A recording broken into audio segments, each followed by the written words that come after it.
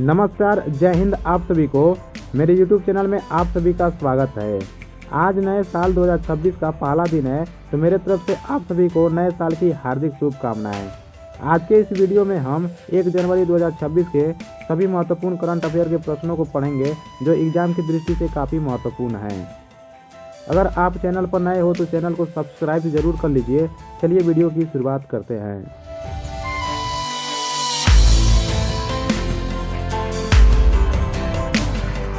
हमारा पहला प्रश्न है, निम्न में से किस दिन वैश्विक परिवार दिवस मनाया जाता है? तो हमारा 1 जनवरी को मनाया जाता है। देखिए, वैश्विक परिवार दिवस ग्लोबल फैमिली डे हर साल 1 जनवरी को मनाया जाता है।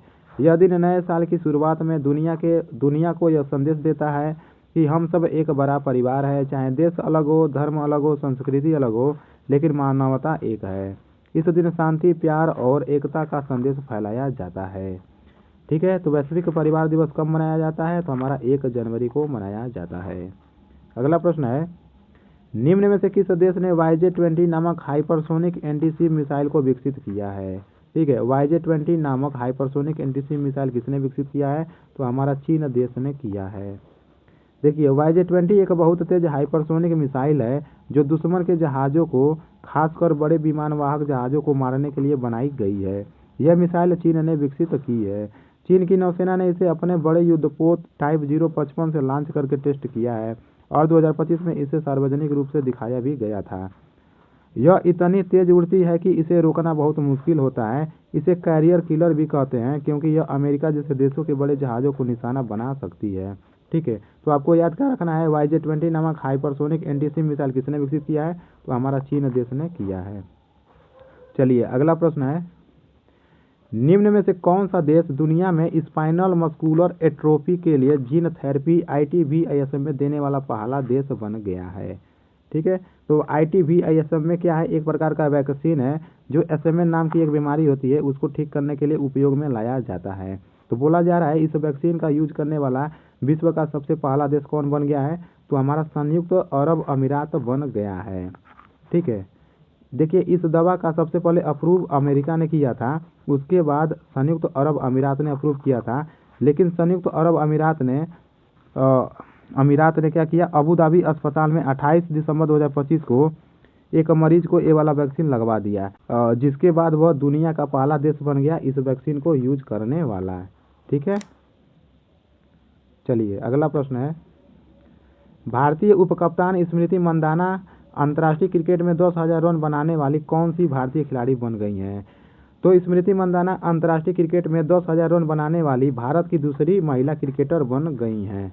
ठीक है, स्मृति मंदाना भारतीय महिला क्रिकेट टीम की उपकप्तान है। उन्होंने अंतर्राष्ट्रीय क्रिकेट में टेस्ट, वनडे और T20 को मिला करके 10,000 रन पूरा कर लिया है और ऐसा करने से वह क्या है, भारत की दूसरी महिला क्रिकेटर बन चुकी हैं। पहली महिला क्रिकेटर कौन है? मिथाली राज हैं, जिनका टोटल रन है 10,868 है।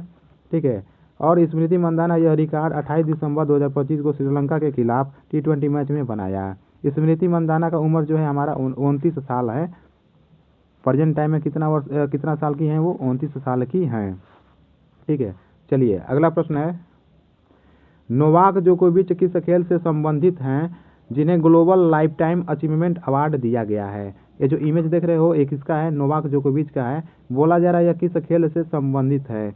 तो ये टेनिस खेल से संबंधित है। ठीक है, देखिए, नोवाक जोकोविच दुनिया के सबसे बड़े टेनिस प्लेयर हैं जो सर्बिया से हैं और अब तक 24 ग्रैंड स्लैम टाइटल जीत चुके हैं, जो पुरुषों में सबसे ज़्यादा है। हाल ही में दिसंबर 2025 में दुबई में एक बड़े अवार्ड शो में उन्होंने global life time achievement award मिला क्योंकि उन्होंने टेनिस में जीवन भर कमाल का योगदान दिया है। ठीक है, देखिए, रोनाल्डो द्वारा उनको ये अवार्ड दिया जा रहा है स्टेज पर।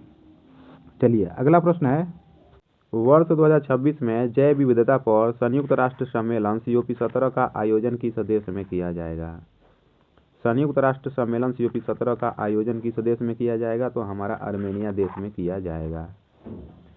संयुक्त राष्ट्र का जैव विविधता सम्मेलन हर कुछ साल में होता है, जहां दुनिया भर के देश प्रकृति, जंगलों, जानवरों और पौधों को बचाने के लिए प्लान बनाते हैं।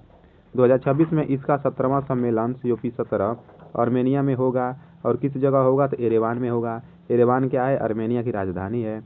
और यह कब होगा? तो अक्टूबर 2026 में इसका आयोजन होगा। अब आर्मेनिया पूरा जोर लगा रहा है इस बड़े से इवेंट को सफल बनाने के लिए। उनका स्लोगन है टेकिंग एक्शन फॉर नेचर, मतलब प्रकृति के लिए एक्शन लो। ठीक है, तो संयुक्त राष्ट्र सम्मेलन COP17 का आयोजन कौन सा देश कर रहा है? तो हमारा आर्मेनिया देश करता है। चलिए अगला प्रश्न है, हाल ही में किसे राष्ट्रीय जांच एजेंसी NIA का अंतरिम मुखिया नियुक्त किया गया है? NIA का अंतरिम मुखिया किसे नियुक्त किया गया है? तो हमारा राकेश अग्रवाल को नियुक्त किया गया है।